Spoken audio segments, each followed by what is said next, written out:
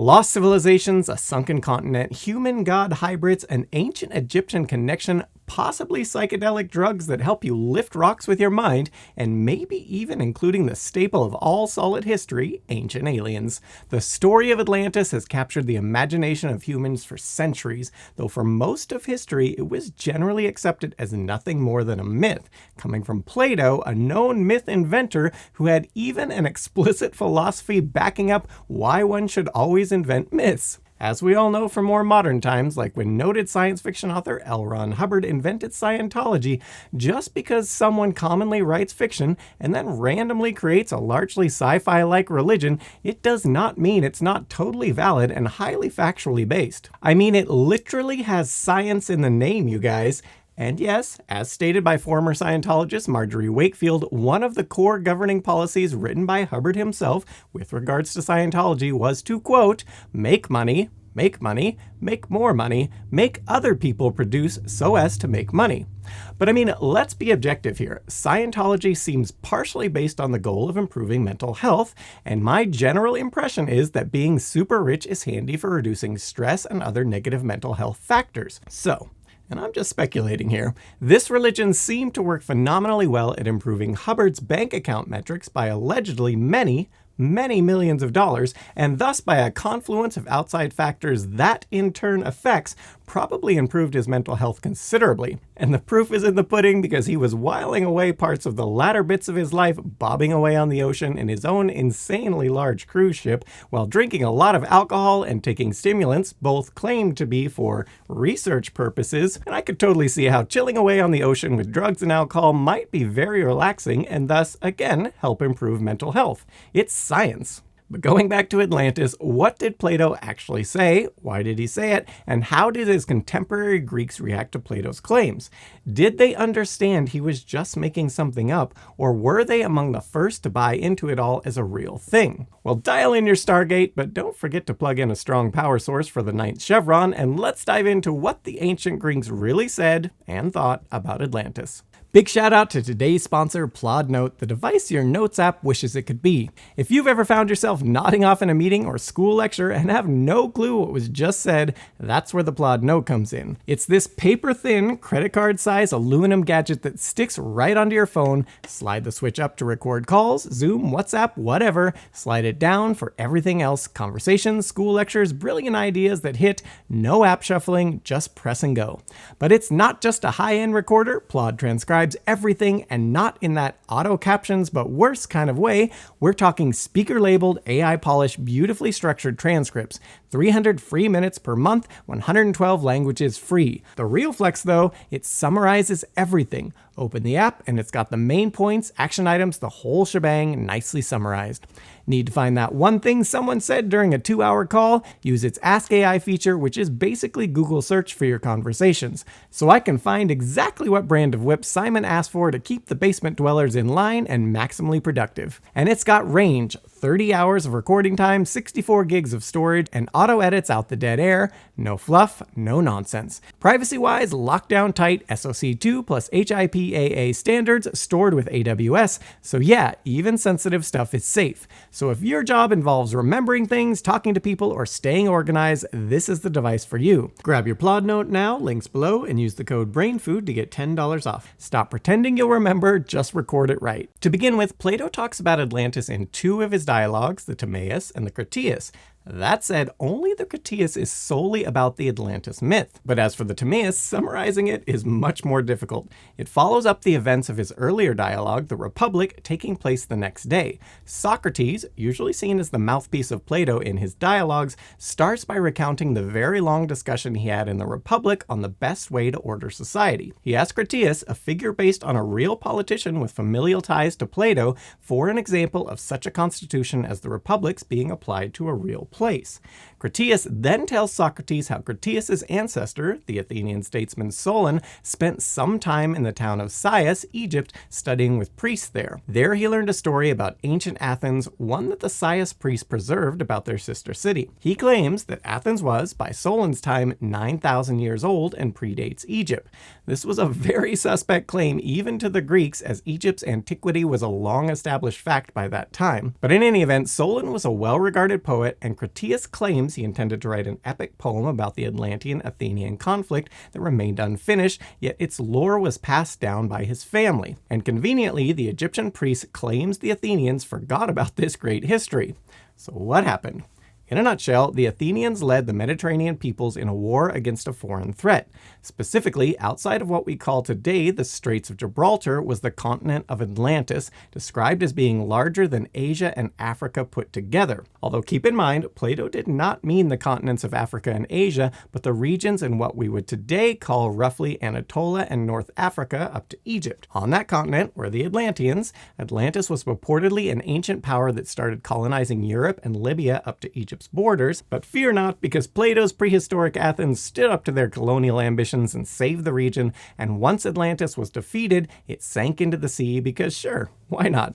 They were probably super sad about losing to the Athenians or something. Now, noteworthy in all of this, Plato doesn't exactly spell out what he wants to say overtly in his dialogues. Usually there are some point of view characters that can be held to reflect what Plato really wanted to say. For example, if Socrates is speaking, he is most likely speaking for Plato, and in it all, Plato had no problem inventing myths, even Egyptian myths, for which he has a character call out Socrates for doing just that in a past dialogue, the Phaedrus. But in a nutshell, he believed that myths can be utilized to teach poetic truths, even to the point of inventing them.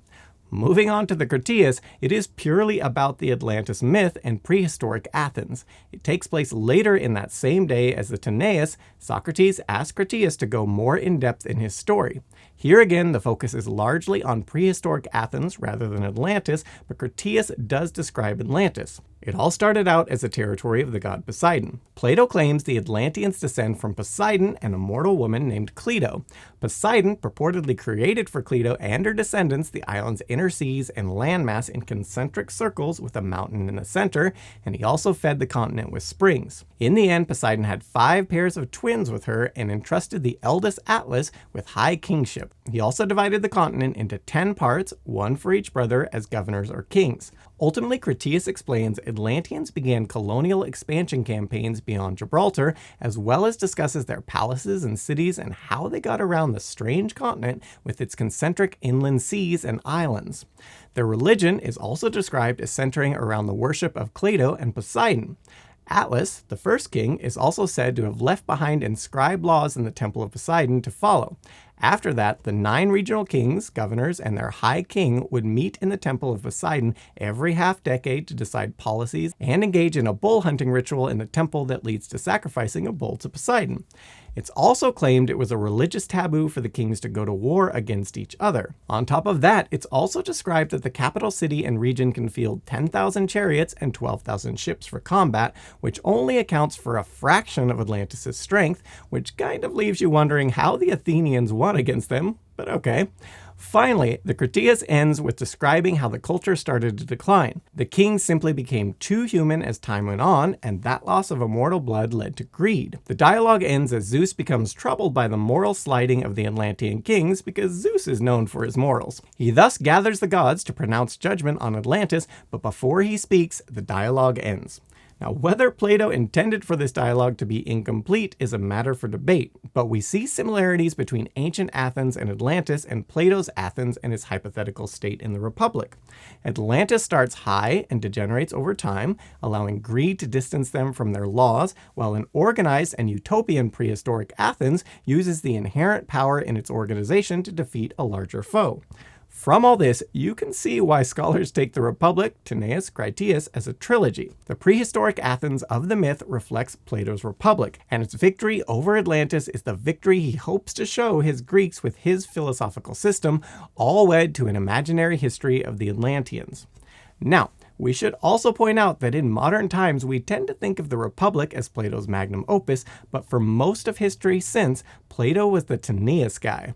So much so that Timaeus was the only full Platonic dialogue translated into Latin in the medieval world and enjoyed great circulation. Thus, for centuries, academia associated Plato with Atlantis. As you might be gathering at this point, if you've ever watched many modern documentaries and the like on Atlantis, many today are not exactly well versed in Plato's original Atlantis, or or works in general, or really history at all if we're being honest, and possibly, and we can only speculate here, are terrible disappointments to their mothers because of it. But going back to Plato and his story, the supposed original source Solon was born in 630 BCE Athens and is remembered as a philosopher, statesman, and poet, with some of his poetry surviving today. His political career started in 594 BCE when he was elected archon and helped reform Athens' laws to promote a more harmonious society. After his archership, he left Athens for 10 years and then again near the end of his life. It is generally thought he did go to Egypt and study with Egyptian priests, as Plato said. We can place him there, but did he actually hear about Atlantis from the priests? As you can probably guess, probably not, as we have no similar myth from ancient Egypt, despite the Sais priests' true claim that Egypt has a few flood myths. And here we should explicitly note that Plato wasn't the only one to use Solon as a mouthpiece for his own ideas and a pseudo-historical account. For example, a later Plotinus who wrote about Solon also reports meetings between Solon and other ancient figures that would have been historically impossible. But using a famous name from the past to be the mouthpiece for your own ideas was simply a great way to give them more oomph. Not unlike the common practice today of saying Einstein said all manner of things he definitely never said. As Abraham Lincoln famously said of all this, "Pimpin' ain't easy, but it's necessary." Now, all that said, there was a lost epic poem called Atlantis before Plato wrote his thing. However, from the little we know, it was about the daughter of the god Atlas, hence the name, and doesn't seem to have had anything to do with Plato's Atlantis, and there are a smattering of similar Atlantises that seem to have nothing to do with what Plato was talking about. But as for Plato's Atlantis, Theopompus of Chios, 377, accused Plato of plagiarizing the Atlantis theory from the story of Meropia, another allegorical tale about a continent with two cities at war with each other. What makes Theopompus's critique interesting is that he was both a historian and a philosopher, and was criticizing Plato during his lifetime as well. Further, as alluded to there, he not only disagreed with Plato's allegory, but very much understood it as an allegory, again accusing Plato of lifting it from a similar story elsewhere. Moving on from there, if you're wondering what Plato's biggest critic and former student Aristotle thought, well, he does not mention Atlantis in surviving works. He did write about Solon in the Constitution of Athens and even Solon's visit to Egypt, but again did not write about Atlantis. As for the Romans, they adopted many parts of Greek intellectual life and incorporated Greece itself within their empire. But Pliny the Elder expresses skepticism of Atlantis' existence, though to be fair, in a throwaway line. More notably, even the Platonicists tended to dismiss it, though keeping in mind that the Platonic school also underwent massive changes over the centuries since Plato's death. But one thing they seemed to have in common was a reticence to explicitly talk about Atlantis when teaching the Timaeus in class, generally an embarrassing subject for most Platonicists. Although why Atlantis embarrassed Platonicists has changed over the years. But going back to the beginning, in Plato's time, he was laughed at for drawing his philosophy from the Egyptians, especially his idea of society in the Republic. Contemporary students found his reliance on Egyptians to be a hard point to defend.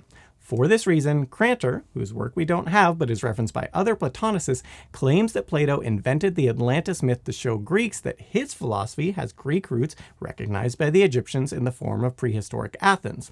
But in the end, the general attitude for most of history was that Atlantis did not exist.